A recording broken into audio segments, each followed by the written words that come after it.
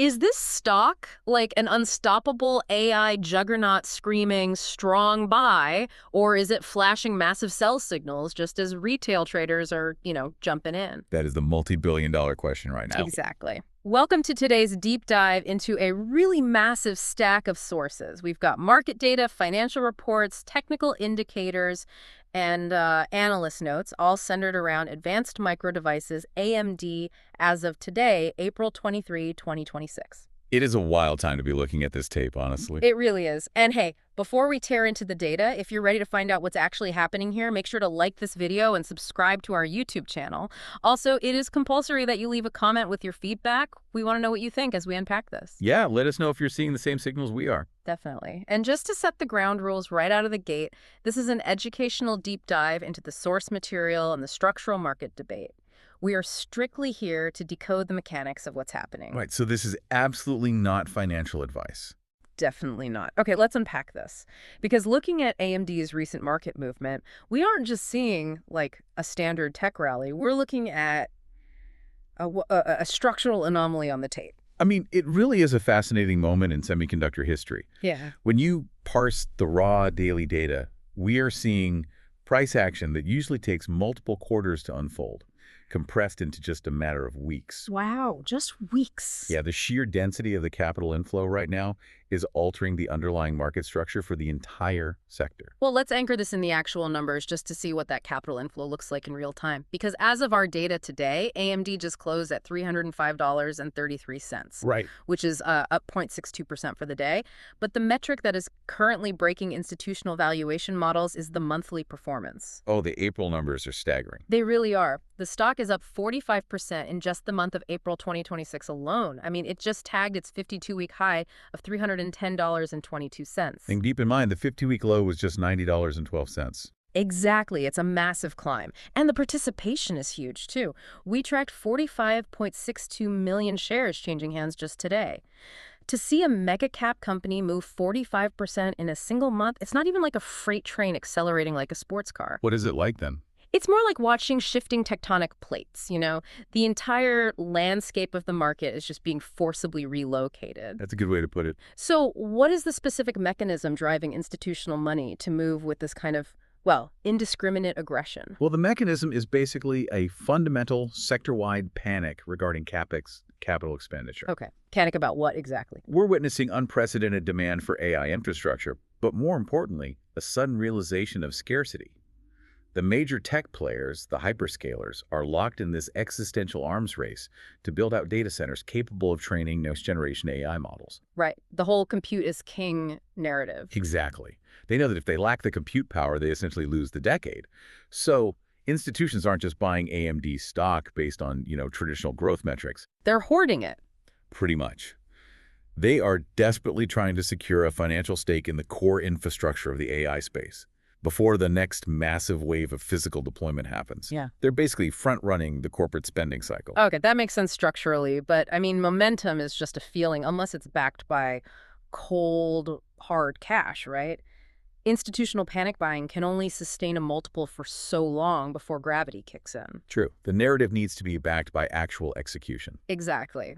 So let's look under the hood at their comprehensive financials for fiscal year 2025. Because looking at this profit and loss statement, the fundamental data is acting as a massive concrete floor under this rally. Yeah, the transition from AI narrative to actual audited GAAP earnings is where you separate the speculative bubbles from sustainable platforms. And the 2025 fiscal year data demonstrates a profound operational shift. I mean, the top-line numbers alone are staggering. They brought in $34.64 billion in annual revenue. Which is up 34% year over year. Right. But the real story seems to be how heavily that was weighted toward the end of the year. I mean, Q4 revenue alone came in at $10.27 billion. Yeah, the back half of the year was a monster. And the efficiency of capturing that revenue is what really stands out to me. Total net income reached $4.34 billion for the year. But in Q4, net income was up an incredible 213% year over year, hitting $1.51 billion. That is just, it's almost hard to process for a hardware company. Right. Operating income hit $3.74 billion, and diluted EPS is sitting at 2.67. So how exactly does a physical hardware company squeeze out a 213% jump in net income in a single quarter? Well, that net income explosion is a textbook example of operating leverage combined with a really drastic shift in their product mix. They aren't just selling more chips, they're selling completely different, vastly more profitable chips. Oh, like pivoting to the high-end stuff. Exactly. As AMD pivoted its core manufacturing away from lower margin consumer PC processors and fully toward high-end enterprise data center GPUs, Yeah. like the MI series, their revenue per silicon wafer skyrocketed.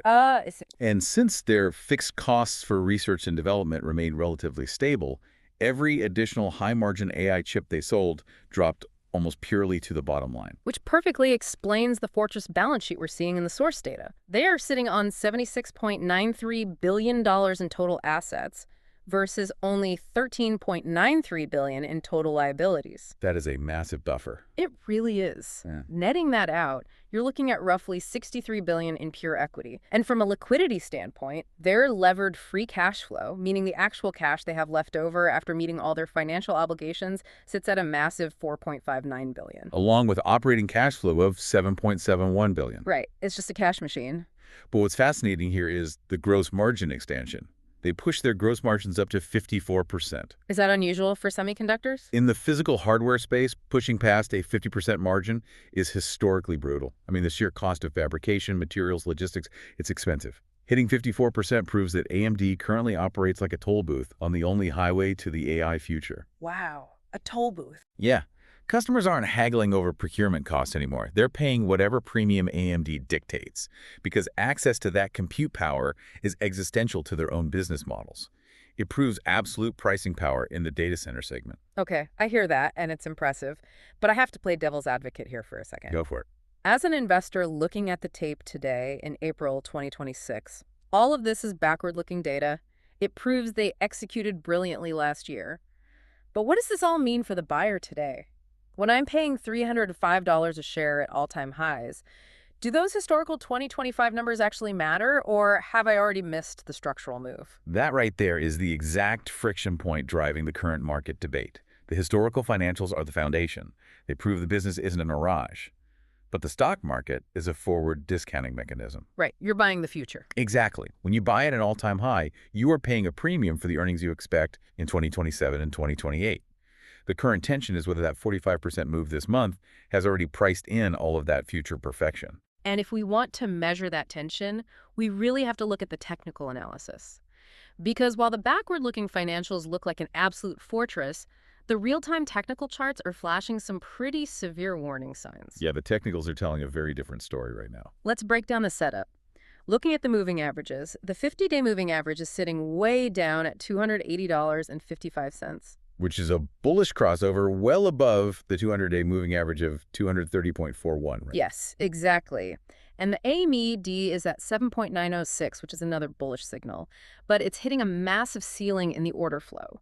We see support at 299.76, but there is tremendous resistance stacking up between 310.22 and 320. Yeah, and that order flow resistance at those levels isn't an accident. It's not. No. In the options market, when a stock moves this rapidly, market makers have to hedge their exposure. So those round numbers like 310 and 320, they become structural ceilings where massive amounts of call options are sitting. So it acts like a magnet and a wall at the same time. Exactly. The underlying stock struggles to push through them because of the sheer volume of institutional hedging taking place.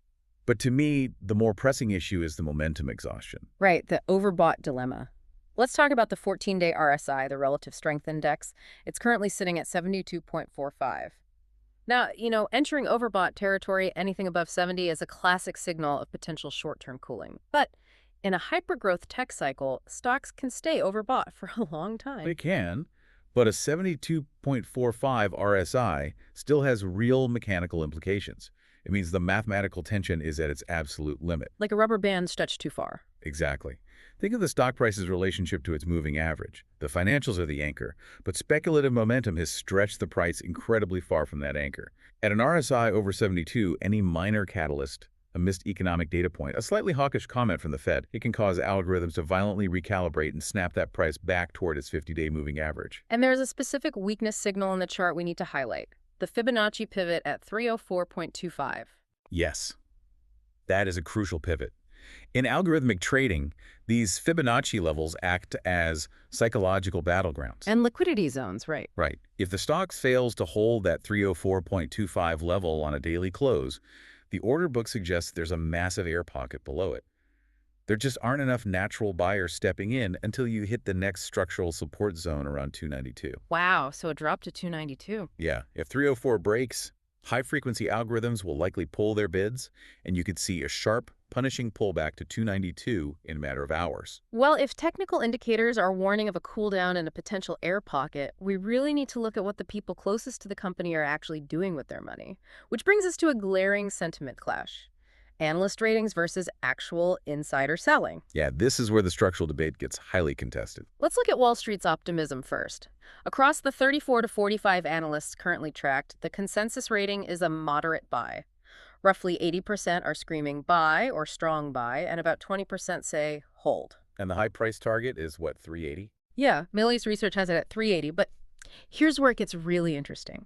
When you aggregate all those analyst notes, the average price target is only 290.80. Wait, 290.80. Yes, which is actually below the current trading price. Which highlights a very common mechanical flaw during hypergrowth phases.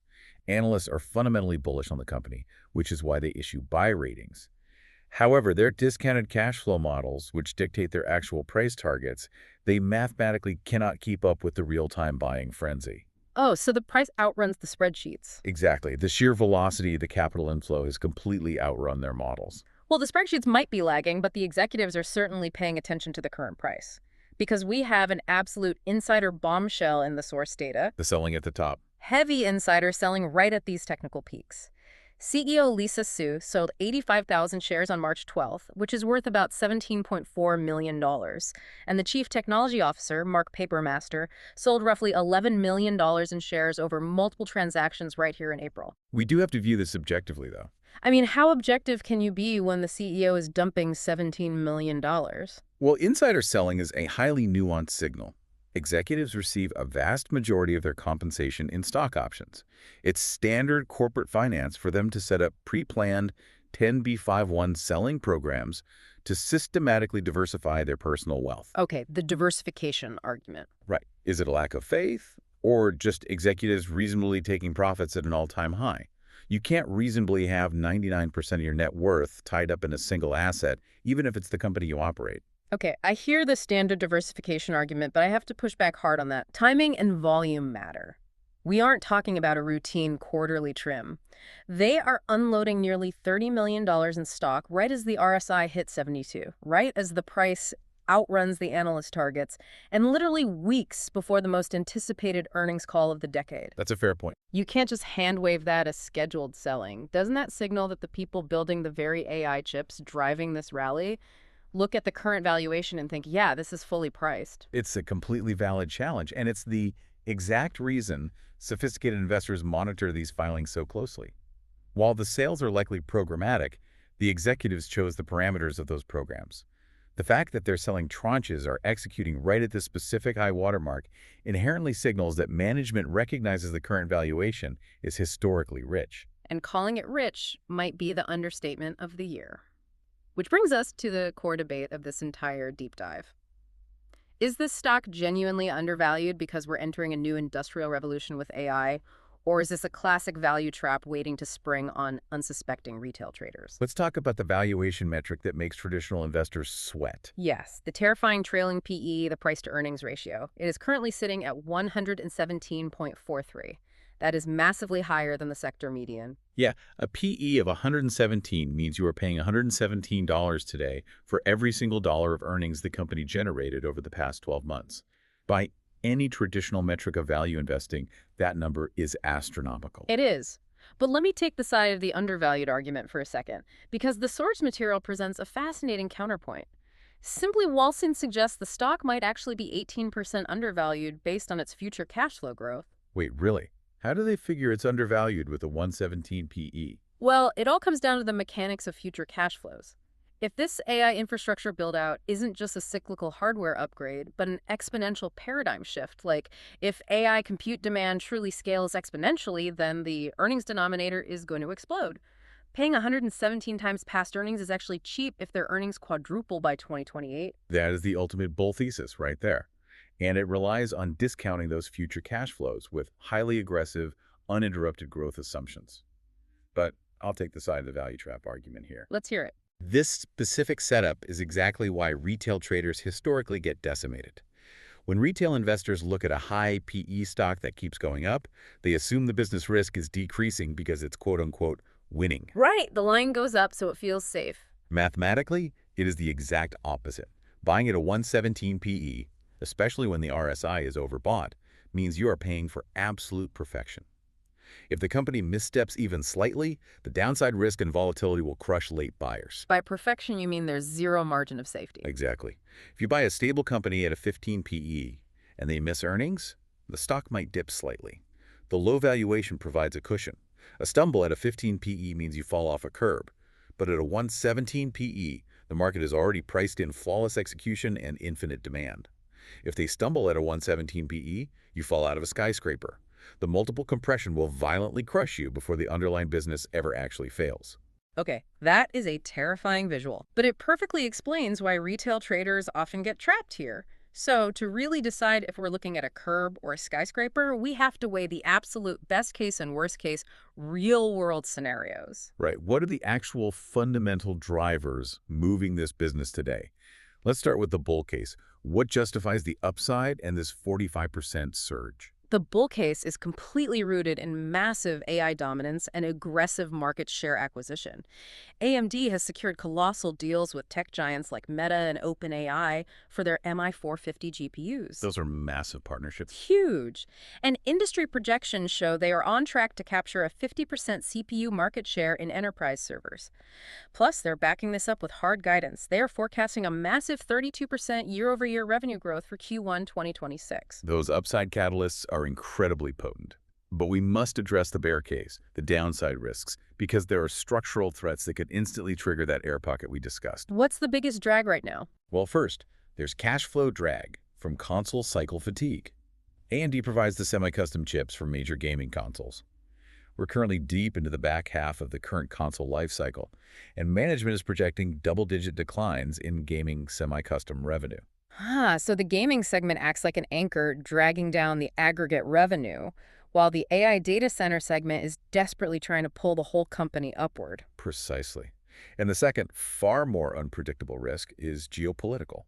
We're looking at the ongoing risk of federal export restrictions on advanced chips to China. Oh, right, national security restrictions. Exactly. If we connect this to the bigger picture, you begin to understand the true fragility of trading at a 117 PE. Geopolitical macro events can instantly derail a high-valuation tech stock, no matter how good the AI chips are. If international trade policy prevents them from legally selling to a massive portion of their global customer base, those exponential revenue projections collapse overnight. Which brings us perfectly to the outlook, because we have to separate the short-term noise from the long-term perspective. Over the short term, both the bulls and the bears seem totally aligned on one expectation: sheer volatility. Unbelievable volatility. The entire market is essentially holding its breath for the Q1 earnings report coming up very soon on May 5, 2026. Yeah, that May 5th date is the crucible for this entire narrative. All of the structural tension we've discussed, the resistance at 310, the overbought RSI, the insiders selling it all, violently collides with reality on May 5th. But if you zoom out to the long-term vision, the numbers circulating among institutional analysts are staggering. We were seeing incredibly aggressive long-term bullish targets, with some projecting the stock hitting $944 or more by 2030. Wow. 944. Yeah, but there's a monumental caveat. To justify that, they have to hit a $100 billion annual revenue target strictly from their data center segment. To put that in perspective, their total company revenue across all divisions for 2025 was roughly $34 billion. Scaling just the data center segment to $100 billion by 2030 requires flawless, uninterrupted execution. The margin for error is razor thin. So let's briefly summarize this journey for you. We are looking at a company generating incredible financials and AI momentum, pushing the stock up 45% in a month. But that momentum is clashing directly with overbought signals, massive PE ratios, and heavy insider selling. Which raises an important question as we head toward May 5th. With a PE over 100, the market has priced in a flawless victory. If they miss on May 5th, how hard does a stock trading at 117 times its earnings fall? That is the ultimate tension. Are you investing in a fundamentally undervalued company today, securing your position in the AI future? Or are you just buying a very expensive ticket to ride a crowded AI trend with zero margin of safety? Something for you to ponder as we wait for earnings. Thank you for joining us on this deep dive. Don't forget to like, comment, and subscribe, and we'll catch you next time.